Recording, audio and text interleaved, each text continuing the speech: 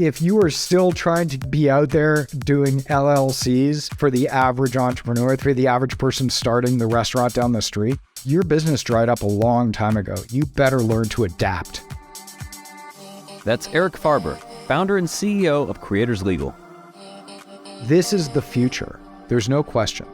And there's enough out there for everybody, so to speak. But I think anybody who's still in law practice, in the transactional, in divorce, in litigation, whatever they are, they better be watching the things that are coming down the pike, because it's coming down faster than ever.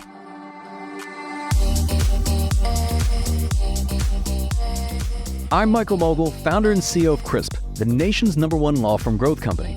I've built my business through practice, not theory. Crisp started with just $500 to my name and has grown to over 8 figures in revenue over the last few years, earning a spot on the Inc. 500 list of the fastest growing private companies in America. Our approach has been to take everything we've learned about generating massive growth within our own organization and help the country's most ambitious and committed law firm owners do the same for theirs. In each episode of this podcast, I sit down with innovative market leaders from the legal industry and beyond to learn from those who thrive in the face of adversity, challenge the status quo, and define what it means to be a true game changer. I sat down with Eric Farber to discuss the democratization of legal services and its impact on access to justice, how to gain authority in an attention-based marketplace, and the imminent rise of the creators economy. The walls of distribution have changed. The tools to actually create professional quality stuff has changed drastically. Combine those two things together with a whole lot of talented people, and that's the creator economy. That's coming up on the Game Changing Attorney podcast.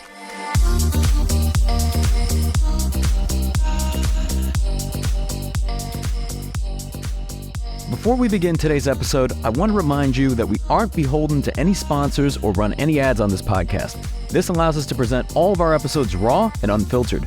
I'm not going to push any made-to-order meal services on you or try to save you any money on your car insurance. That being said, I have one small request.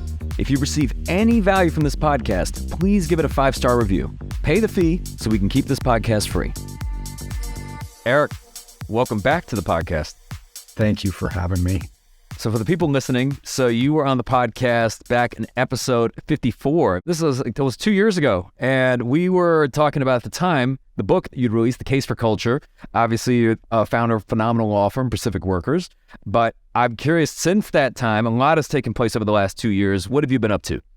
I untethered from my office, that's for sure. I haven't been there in a year and a half, although I still pay rent. And I've been building my next venture, Creators Legal, which you have been an advisor on for the last couple of years. And I've really dove into alternative legal services, access to justice, legal tech, to build Creators Legal, match up with the creator economy, as they call it. Of course, we're going to dive into creators. Just to give people listening context, let's say they didn't listen to the first episode you were on. If you can just give some background in terms of some of the work you've done, kind of what led you here. Been a lawyer for a long time, as you know. I started out as a sports and entertainment lawyer for a really long time, which morphed into representing athletes in their injuries, which grew to become Pacific Workers, a very large workers' compensation law firm based in Northern California. Grew from 4 people to it's now about 80 people in 6 offices, and wrote a book on how we grew that through culture and called The Case for Culture.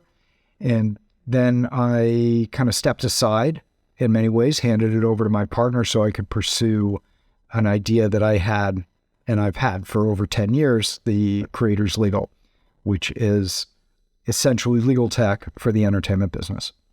So Eric, just to give people some context, what does Creators Legal do?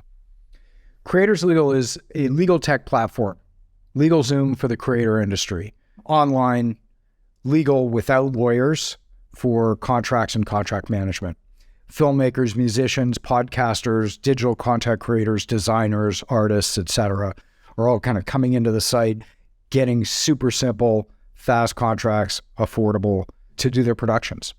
How did this come about? Because obviously LegalZoom already existed, right? So why would, why create a more like specialized platform like this? I was in the entertainment business for a very long time. I worked with one of the agencies. I was a lawyer for artists and entertainers. I worked at a production company at Sony Pictures for a very long time. I saw this basic challenge that the larger people in the industry obviously have their lawyers that are dealing with the studio type of stuff. The independent film stuff, the independent musicians, the independent authors, which I represented for many years, they didn't have that. And a lot of the stuff that they were working on, a lot of the projects that they were working on kind of went without contracts. They'd come to me sort of after the fact. And I saw this huge gap in legal in the industry to be able to get these things very easily. It was something I started thinking about a very long time ago. I saw LegalZoom. LegalZoom started to change the way people consume legal services. 95% of people who need a lawyer in America can't afford one. LegalZoom, Rocket Lawyer, all these different platforms fill that void. And we're starting to see it come about in so many different areas. Hello Divorce for divorces. Trust and Will is starting to go after the online estate planning. LegalZoom and some of these other generalist platforms cover these, but they don't cover them in a specialized way. It's the difference between going to the generalist and going to the specialist. And we're starting to see, thank goodness, consumers in America and around the world have access to legal services in a different way. The legal profession itself, with the exception of sort of the plaintiff's bar, has not been able to figure out a way to serve consumers with legal services. They're too expensive. The average American has 1.5 hours in their savings of the average lawyer in America. It doesn't mean they don't still need legal in some way. So small brands, entrepreneurs, solopreneurs, this gives them the opportunity to have access to the types of contracts that you would have to be paying, the Century City lawyer or the Manhattan lawyer or the Nashville lawyer if you're, in the music business. Yeah. It really is the democratization of legal services and it's access to justice. And when we talk about just who some of the creators are, right? Because in many ways, you're helping them to be able to grow and monetize their business, right? They're having, the right legal solutions. Who are some of these creators? I know you mentioned like content creators, podcasters, like, absolutely. Just a lot of it is like even like solopreneurs. There's been a lot of different people that have come in. We're a typical tech startup, and it's fun for me because I feel like it's my first company again when I was sort of 25 and really hitting the streets and talking to our users. We've already got about 1,500 paid users, got about 3,000 people who've signed up for the service. And they're all over the place. We have everybody from graphic designers to web developers to podcasters to filmmakers. We're in a couple of universities in there to promote our educational program. So we have a special deal for filmmakers and student filmmakers. They're all over the place. Everybody's a creator now. If you own a small business, you're a creator.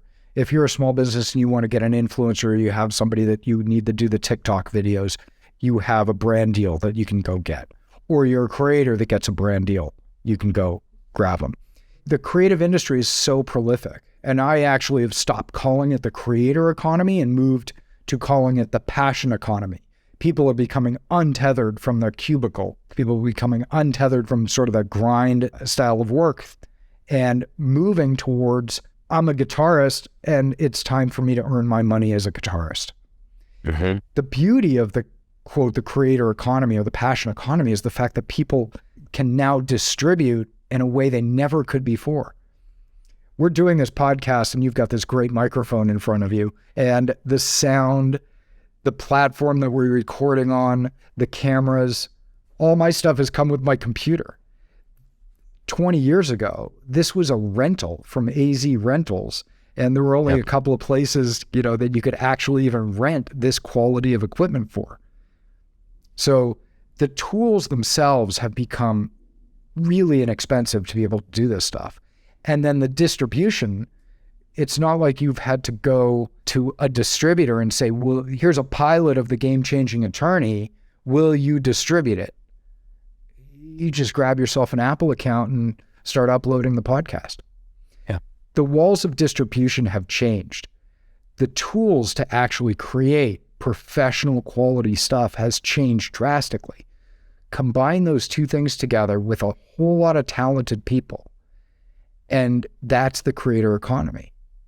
And it's really kind of a conversation around not just how content is being consumed, but how people are being influenced nowadays, right? So you look at platforms, and I know some people would talk about like TikTok. There's over 1 billion videos that are watched every day on TikTok, and there's 4 million new videos uploaded every day to YouTube. And I'm curious if you could give like a specific example in the case of like Creators Legal. Let's say you're a creator on a platform like that. Let's say you're an influencer. How would you leverage Creators Legal? This is important stuff when it comes to the copyright. You've got to make sure as a content creator in any facet, in any influence they're doing this in, whether it's music, whether it's books, whether it's podcasting, you've got to own that copyright. And that's why we've been able to serve so many people. They need to be able to create contracts with all the people that go into the production itself, whether that's a company that they own or they own it individually. There's a lot of terms and conditions. We hear a lot of talk in politics about this stuff, right, on Capitol Hill, about the terms and conditions of the big major platforms, whether it's YouTube or TikTok, where you go on there and you have to click and say, yes, I own all of this copyright to be able to actually do what I'm doing. Mm-hmm. You can't own all the copyright unless you have a contract with everybody who's touched the end product that you're creating. And that's where you get your ownership, and that's where you can monetize. Yeah. And that's a really important piece. I was an entertainment lawyer for a long time, as you know. I did some productions with several different clients, and one of them was, I tell this story quite often because he was an extreme sports guy. We had dozens and dozens of hours of footage. He did wingsuit flying, and we had dozens of hours of footage, and somebody came along and said, hey, I want to license this stuff. And he would go out all the time, and he would fly to different places in the world, and he would do these great jumps, and he had these cameramen that he worked with. Well, wingsuiting is a really, really dangerous sport. There's a really good chance that you're going to die if you're a wingsuiter. Yeah. So we're gathering up all of the different contracts that we need to go ahead and license this footage. And then we get to his main cameraman that we got to get to sign off on all of this stuff. And while we're trying to get him to sign it, he dies. And his widow refuses to sign. Well, we can't figure out in these, it's probably about 150 hours of footage, which he was a part of and which he wasn't a part of. His widow is refusing to sign this release. To this day, the footage is still sitting on a shelf. Yeah. He can't do anything with it. Creators Legal solves that problem in advance. You need a release. You need to make sure that you got the release from somebody. You go onto your phone, you pull it up, you get it signed. The whole thing's done in 10 minutes.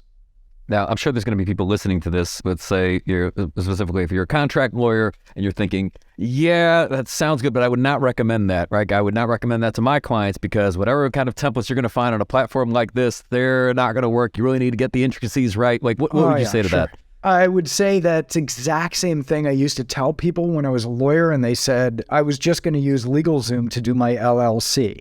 Then it became, I'd say, oh, you don't want to use LegalZoom to do your LLC. It'll get all screwed up. And then it became, go have LegalZoom do your LLC and I'll do your operating agreement. Then it became, I'm too busy for that, right? Just go to LegalZoom. All of this stuff is just a matter of time. I don't know any lawyers that still actually create LLCs. They're all done online.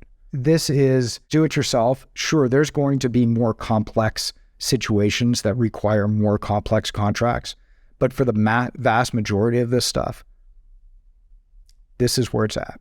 And this is what's happening across the board for legal services. The average decent entertainment lawyer is probably $750 an hour and up. If you can afford to do that, great. I think that this is actually going to be really helpful to a lot of lawyers out there who field a lot of phone calls who say, go to Creators Legal. I'm sure you can grab a contract there. Yeah. But what if, let's say someone's listening to this and they're thinking, yeah, but I'm still worried. Like, so what's going to happen to the lawyers that are relying primarily on this type of work that is largely transactional? Let's say it tends to be higher volume, lower cost, and that work obviously goes by the wayside. What will they find themselves doing? They'll have more time on their hands. It's an interesting way to put this, but if you are still trying to be out there doing LLCs for the average entrepreneur, for the average person starting the restaurant down the street, your business dried up a long time ago. You better learn to adapt. And I think that I'm talking to a guy that truly understands that lawyers need to adapt. This is the future. Yep. There's no question. And there's enough out there for everybody, so to speak. But I think anybody who's still in law practice, in the transactional, in divorce, in litigation, whatever they are, they better be watching the things that are coming down the pike, because it's coming down faster than ever. In the last episode that we did together, episode 54 of Game Changing Attorney, you and I talked about this stuff, right? That the pandemic, because it was right at the beginning of the pandemic, I believe, that we talked. And you and I have talked about this stuff offline lots of times, is the pandemic accelerated the future of work. We got 20 years advanced, and now we've got tools that are coming out that future of work is going to change for a lot of people very, very quickly. And let's talk about that. Let's talk about some of the tools, because in terms of like new tech, particularly AI, right? AI's role, and now, at the time of this podcast, ChatGPT has become very popularized. How do you think that's going to be leveraged by law firms? Or how can it be leveraged either by law firms or even legal tech? ChatGPT is very interesting. Sam Altman is a true futurist, the founder of it. I've spent a lot of time on ChatGPT already and tried to understand it. It's certainly not perfect. And I don't expect it to be perfect. It's been out for about 3 or 4 months, but give it a little while. There's already several different legal tech platforms, especially in the contract side, that have already integrated ChatGPT into contract drafting. I think it's going to help lawyers, the ones that are doing stuff, by suggesting clauses, by rewriting clauses, etc. But I also think it's going to change the way we approach the work. I think there's a lot of consumers who are going to use it to actually write contracts. We talked about operating agreements for LLCs. I just formed another company with my partner for legal outsourcing. I decided to go on to ChatGPT to try it out. I actually had ChatGPT write our operating agreement, and I didn't have to change a word of it. I think lawyers have to recognize that we as a profession are in the industry of writing. And if you're in the industry of writing, ChatGPT is going to change the way you operate.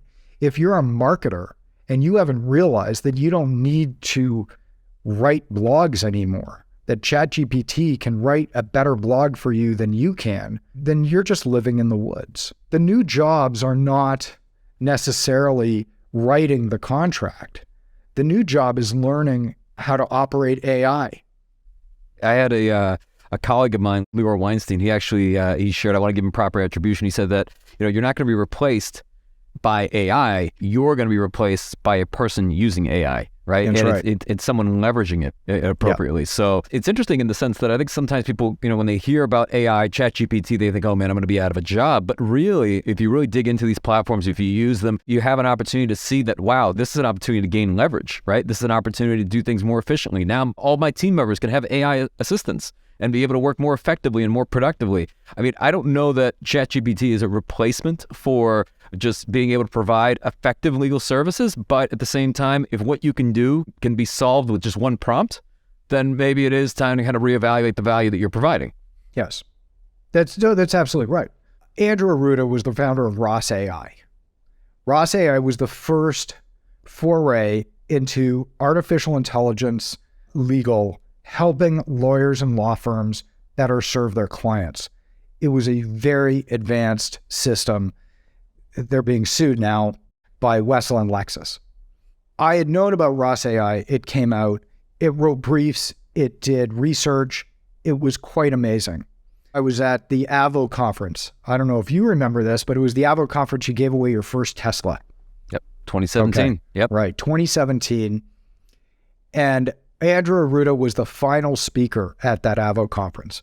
And I had known about it. I knew who he was. He's an amazing guy. And I watched as he put stuff on the screen. I looked around me and watched all these lawyers with their mouths on the ground. And then Andrew's words out of his mouth was, "We're not looking to replace your jobs." And I kind of looked at the guy next to me and I said, that's exactly what they're doing. But it's our job as lawyers, as leaders, to figure out what's left for you to do. The ones that sit around and ignore what's happening, they're the ones out of a job. The ones who are ready to adapt and to think and to embrace it, they're the ones who are going to grow bigger than ever. And how would you differentiate this from, it seems like not so long ago, everyone was talking about Web3, right? And how like everything was changing there. And they were talking about NFTs, and I'm not going to get into like the utility of them and whether we all should have bought, Bored Apes or not. But this feels different. This seems like this is going to be here to stay. Oh yeah, there's no question. I mean, look, NFTs have their utility, all of these different things. If you can explain to me what Web3 is, great. And maybe I'll understand it. I didn't understand what Bitcoin was in 2011 when it was first introduced to me. This is different because we've seen a lot of different AI slowly creep into our work already, right? If you're using any type of case management system, the automatic filling of documents based on data entry that you've already put in, that's AI in many ways. That's the automation. It's workflow automation. We've seen this stuff sort of slowly advance, right? When I started in practice, it sounds crazy because it wasn't that long ago, but when I started in practice filling out the forms in California for the judicial forms, you were really advanced if you had figured out how to stick the disk into your computer to get it to do it on PDF. But outside of that, most of the people were still taking these things and copying them and sticking them into a typewriter. Yeah. All of these things are the advancement. ChatGPT is our next level. All of these things are just the next level. And ChatGPT, well, let's just call it AI or generative, writing AI. Yep. This stuff's here to stay. This isn't going anywhere. NFTs, you did very well on them if you went and bought Gary V's VFriends early on. Made a lot of people a lot of money. I'm sure there's a lot of people screaming now. But all of this stuff is coming down the pike. It's the efficiency and future of work. I'm really fascinated by this, and I've been watching this for a long time. The Undersecretary of Commerce under Obama wrote a book on this several years ago called The Future of Work, talking about the Toyota's healthcare robots. When I started the workers' comp firm, I wanted to figure out what are the jobs that are still going to be around in 20 years from now. Firefighting, security, police, healthcare. And then I'm reading this book that I read 5 years ago that's talking about the 4th generation of healthcare robots that Toyota built to replace the fact that Japan doesn't have enough people to take care of its elderly. It helps you bathe, it tells you jokes, makes you food, and gives you your medications. We as Americans and North Americans, we hate this stuff. It took the pandemic to replace the toll booth operators at the Bay Bridge where I live in the Bay Area. We don't want this advancement, but it's coming whether we want it or not. Yeah. I think sometimes when people think about AI, they go straight to like the, Terminator, Skynet, that kind of model of just an actual AGI kind of AI, but that's not really what this is. And the reality of it is, if anything, we used to think years ago that it would be like the blue collar jobs that would be replaced first, right? Not the so-called white collar ones, but we're now seeing maybe that's going to be the other way around, because as it turns out, it's a lot easier from an AI component to be able to train someone on doing certain roles that, let's say, are more white collar than to actually build a robot to just be paving drywall, right? And be roofing and things like that. There's a lot more complexity associated with that. So it's like the white collar jobs would go first. But this probably also, to an extent, it's not a bad thing. Humans are, we're an interesting species in the sense that I think we're the only species that we use and can leverage other people's brains, right, to ultimately create great outcomes. You don't see this happening in like animals and things like that. And the idea is that we would move to more leverageable work, more specialized work, but things that, like we were talking about even at the start of this podcast, like just creating an LLC, like just drafting basic legal document, those types of things. Is that really the highest and best use of your time? Or could you be perhaps focusing more on like strategy, innovation, like really moving things forward? So I see a lot of positives with it, but I understand also at the same time, anytime there's any discussion of change that makes people uncomfortable. There's no question about it. I mean, I actually read this years ago that lawyers and real estate agents were the last to accept technology. And that's not surprising.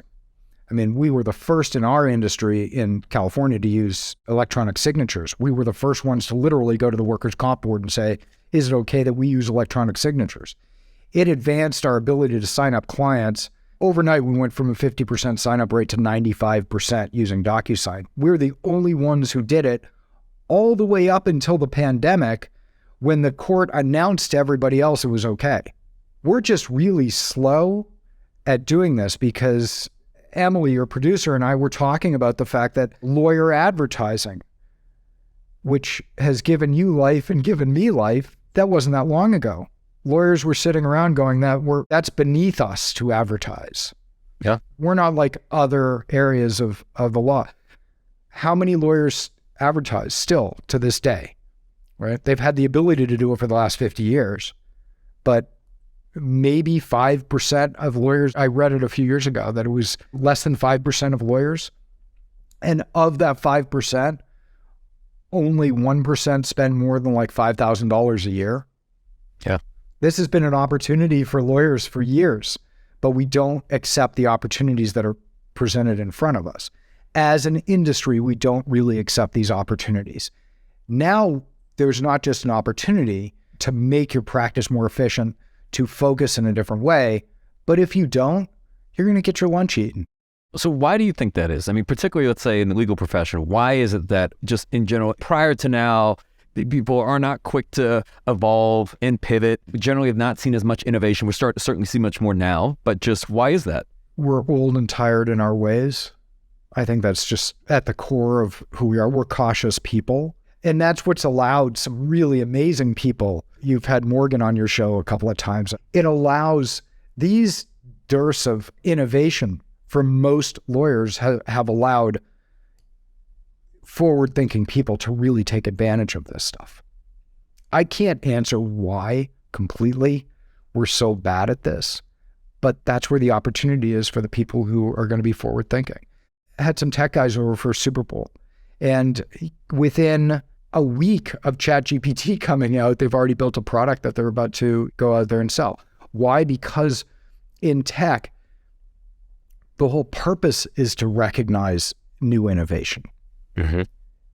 And I'm glad that there's so many good cloud-based services that are out there. The Clios of the world, and there's a lot of other really great ones, but the Clios of the world are out there helping lawyers recognize that they can get more done with less.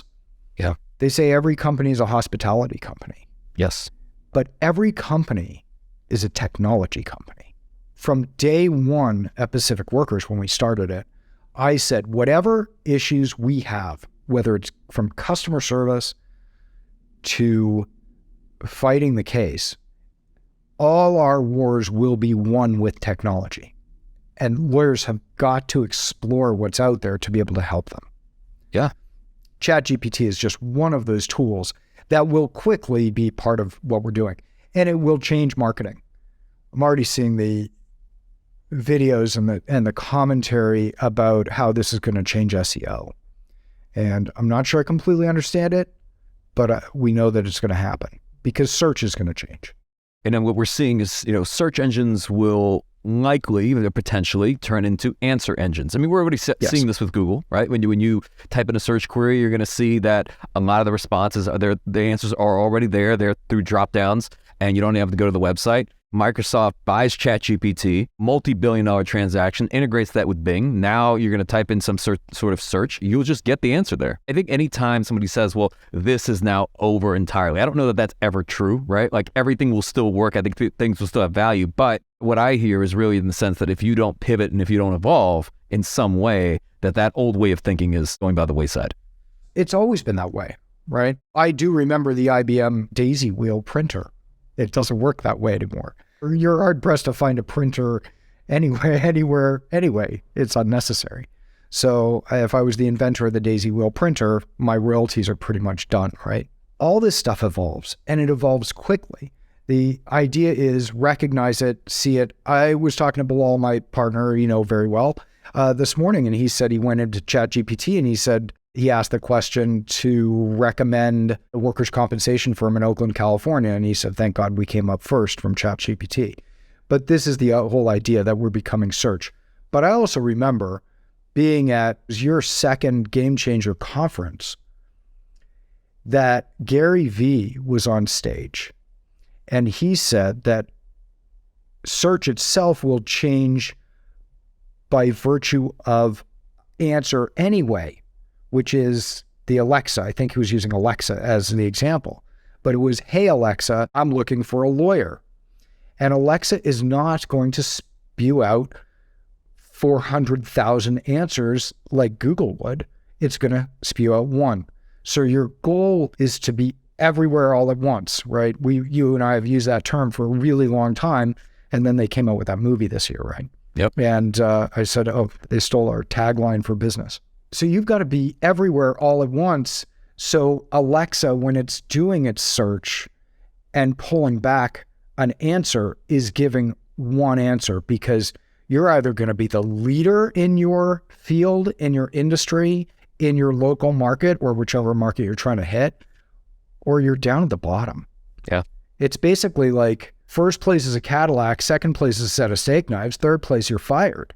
It's almost as if you have to be a creator, because I want to shift the conversation to this in the sense of how are people influenced, and whether we realize it or not. Like if you were actually asked, this is, when you get back into the question of like attribution of like, why did somebody decide to reach out to your specific law office? And like, if you ask them, usually they either give you the wrong answer or they couldn't even tell you, because they were influenced by so many things along the way, like so many mediums and so many platforms, and they saw a YouTube video and they saw a TikTok and they got an email and all these different things that many people don't even know why they do what they do. But I want to speak to that in the sense of the importance of creating content and gaining distribution and consumption to become an authority. The world has been using influencers forever. I read about the gladiators in the Roman days that were actually influencers, right? They were the local influencers for companies. We base all our buying decisions on influence. We can stick with legal. If people out there have not read Cialdini's work about the science of persuasion and the science of influence, they need to read it, because this is important stuff. But you are being influenced by the Google reviews, you're being influenced by the Yelp reviews, even though you have no idea if every single person who left that review is totally insane. You're being influenced by this. The influencers themselves is very interesting. In fact, there's a guy on TikTok, a lawyer on TikTok, who does, I think, criminal DUI. I'm not sure where he's located, but he has very high production value. Really interesting stuff. And I saw this morning where he's actually pushing out for, I don't think it was LegalZoom. I can't remember the legal service that he was pushing for. It might have been an insurance company, like for car insurance. But there he is. I mean, he's got enough influence, and he does a good enough job that he's pushing out for somebody else. He's getting paid. Whether it is called micros, nanos, mediums, or the mass creators like Mr. Beast, Kim Kardashian, the people with millions of followers, they can pretty much push anything, and they're getting paid $1 million a post. Yeah. They're getting paid that much money. We're a society of following influencers. We've just given them a new way of coming to us. This is an amazing, amazing time for people who can create content and are good at it to gain a following and be able to influence. They can even get paid for their work these days, where they weren't getting paid in a different way. And in fact, the creator economy or the passion economy, one of the things that's skipped over, because we think of just YouTube creators, one of the things that's skipped over is our buying influence.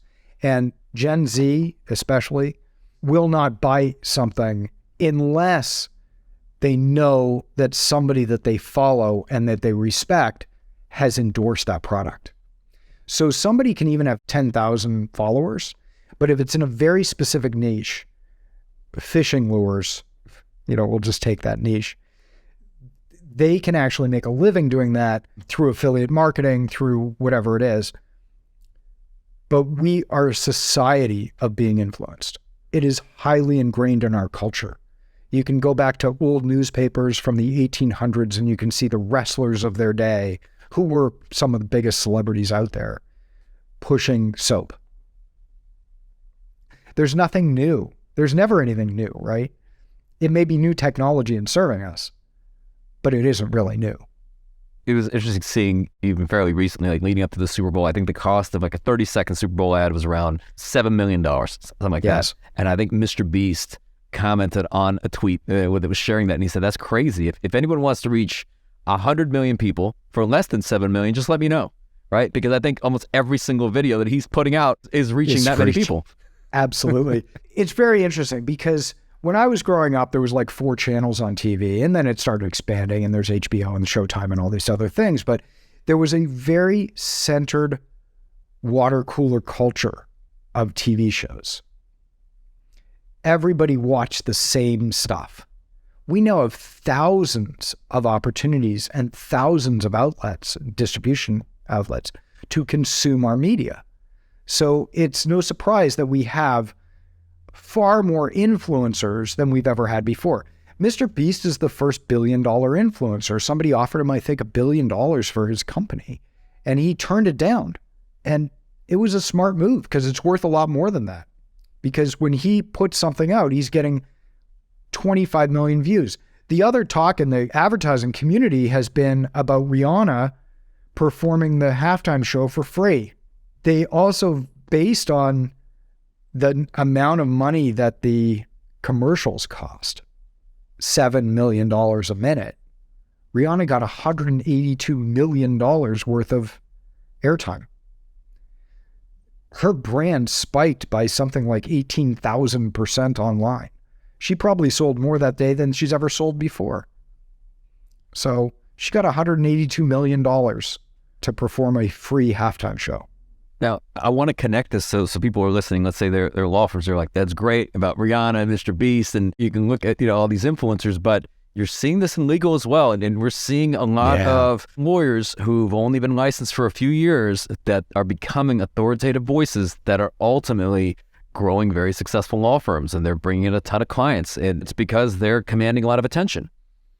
You just hit the nail on the head, right? And you've been talking about this ever since I've known you for 8, 9, 10 years. Authority. Are you the authority in your local area? Are you the authority in your niche? There is a TikToker, a woman, I believe she's from Texas, immigration lawyer. She's all in pink.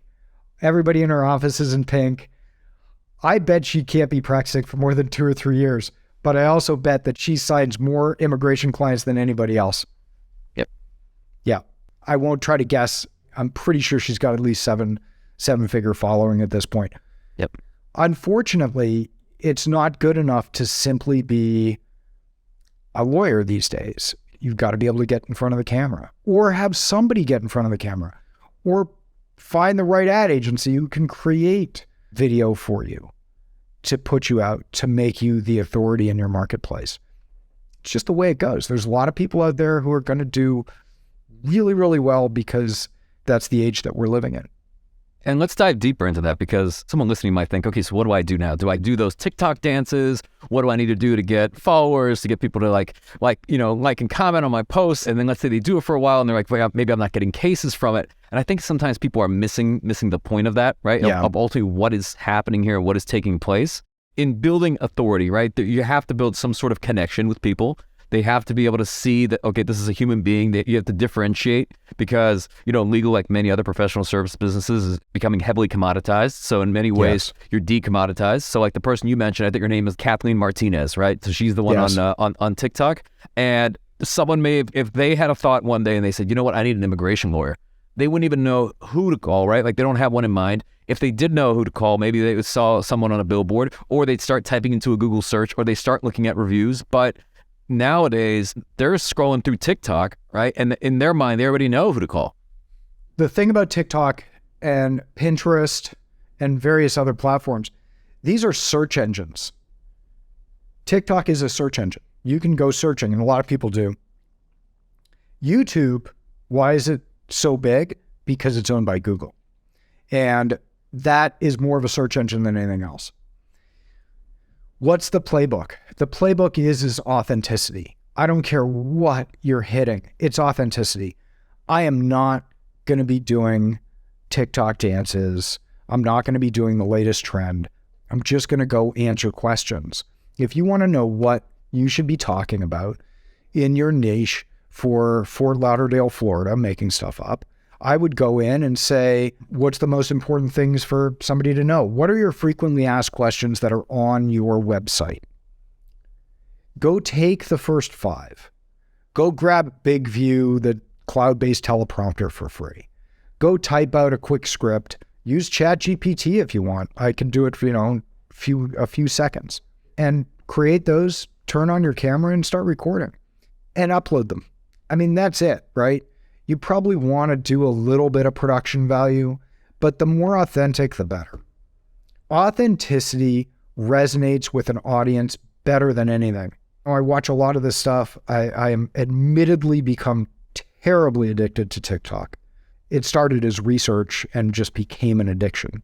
But the people who are just purely authentic in the way they talk, those are the people who are getting the followings, and they're the ones who are going to be the authorities.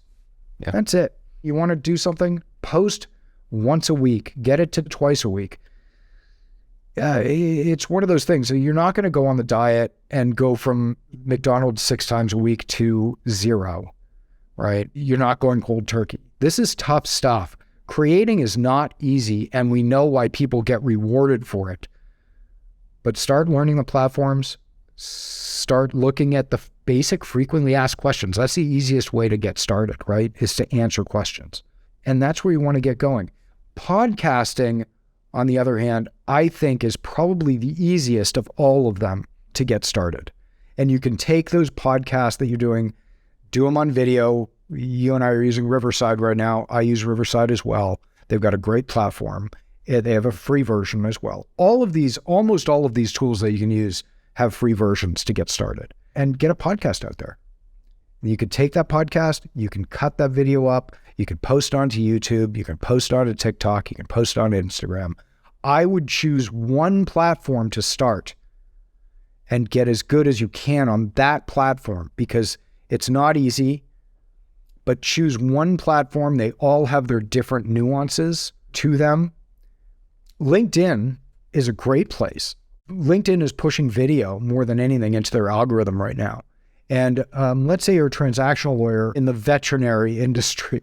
You're a transactional lawyer doing M&A in the medical industry. That is one that your followers want to hear from you. You probably already got followers and connections.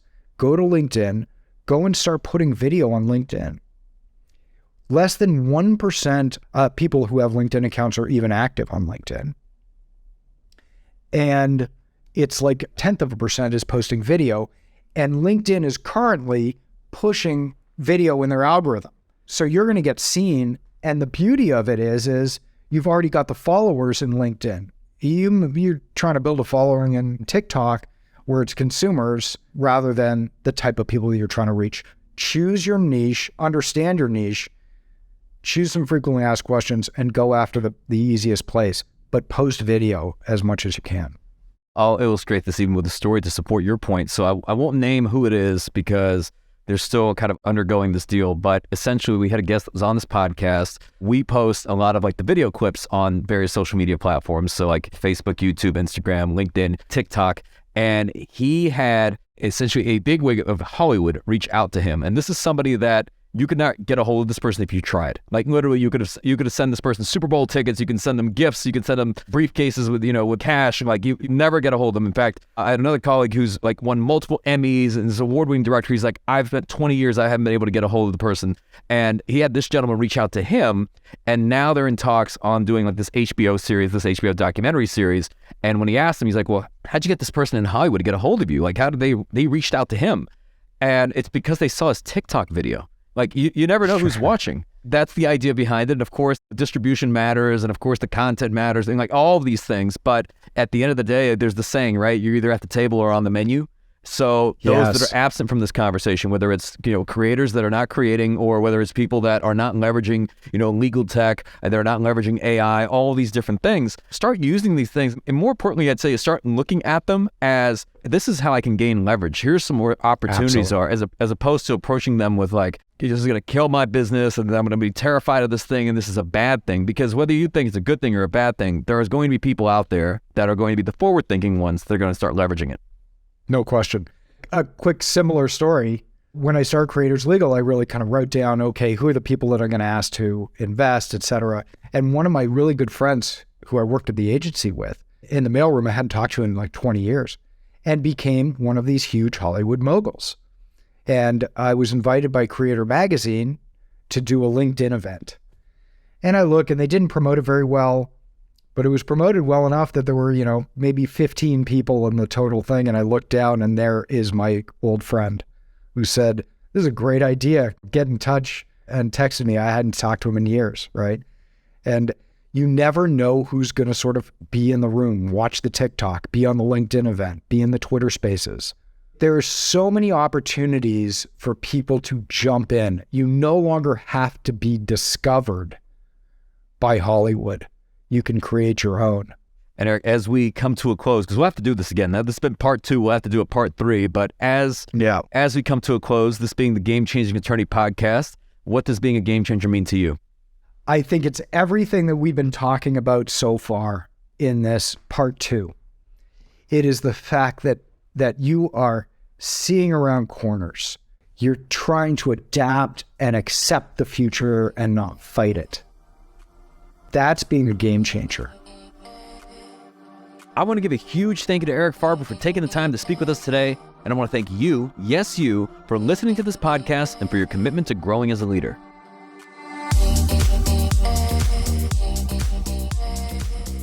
If you found this episode valuable, here are 3 free ways that I can help you grow your law firm. Number 1, download the first chapter of my book absolutely free at GameChangingAttorney.com. Number 2, you can shoot me a text at 404-531-7691 and I'll answer any question that you've got for me. And finally, number 3, if you can leave this podcast a 5-star review, it'll help us gain access to more influential thought leaders and bring their lessons learned here to you. For more information on our interview with Eric Farber, see the show notes for this episode in your podcast app or visit GameChangingAttorney.com.